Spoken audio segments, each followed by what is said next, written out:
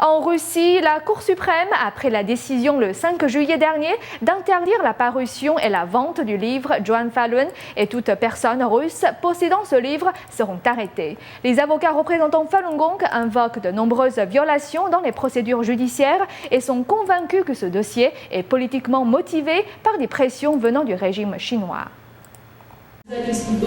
Le 5 juillet dernier, la Cour suprême russe rejetait un nouvel appel des pratiquants russes de Falun Gong et persistait à classer les documents du Falun Gong comme littérature extrémiste. Les pratiquants ont pris connaissance de cette décision lors de sa publication sur le site web du tribunal. Les avocats représentant Falun Gong invoquent de nombreuses violations dans les procédures judiciaires et sont convaincus que ce dossier est politiquement motivé par des pressions venant du régime chinois.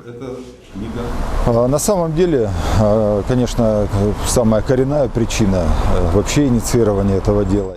La raison principale de ces procédures judiciaires et de cette décision arbitraire est sans aucun doute les pressions exercées par le régime communiste chinois, surtout depuis que leurs responsables ont plus de 60 procès sur le dos dans 29 pays pour génocide contre Falun Gong. Les conséquences de la décision de la Cour suprême pourraient être particulièrement graves. Les éditeurs pourraient arrêter d'imprimer le livre Johan Falun, les magasins pourraient arrêter de le vendre, les citoyens russes qui possèdent ce livre risquent d'être arrêtés. Les lois russes anti-extrémistes inquiètent le monde entier depuis 2 ans. Le 20 juin dernier, la Commission du Conseil européen réunie à Venise a publié un rapport sur le plan anti-extrémiste russe. Ce rapport confirme ce que la communauté légale et les défenseurs des droits de l'homme n'ont pas arrêté de dire. Les termes utilisés dans cette loi sont si vagues qu'ils peuvent être appliqués à presque toutes les situations. Les avocats représentant la communauté russe des pratiquants de Falun Gong ont demandé une révision au tribunal européen des droits de l'homme. En Europe, le dossier de la liberté religieuse en Russie a été soulevé lors des derniers dialogues sur les droits de l'homme avec la Russie.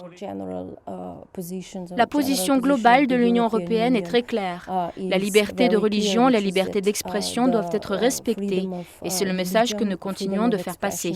Le régime de la loi est l'un des sujets abordés et intégralement étudiés avant que la Russie ne puisse intégrer le système de circulation sans visa de l'Union européenne. Nous devons être certains que certaines normes et certaines règles soient respectées et que les droits de l'homme les plus essentiels soient respectés. Falun Gong est librement pratiqué dans 70 pays du monde entier, mais le Parti communiste chinois continue d'interférer directement ou exerce des pressions sur d'autres gouvernements pour les obliger à réprimer les droits et les libertés des pratiquants de Falun Gong hors de Chine. Le PCC tente de justifier sa persécution du Falun Gong et limite les efforts étrangers de révéler ses exactions. Selon M. Chen Yonglin, un ancien haut responsable du consulat général chinois à Sydney, en Australie, qui a fui en Occident en 2005, dans chaque mission chinoise autour du monde, des personnes sont chargées de réprimer les pratiquants de Falun Gong.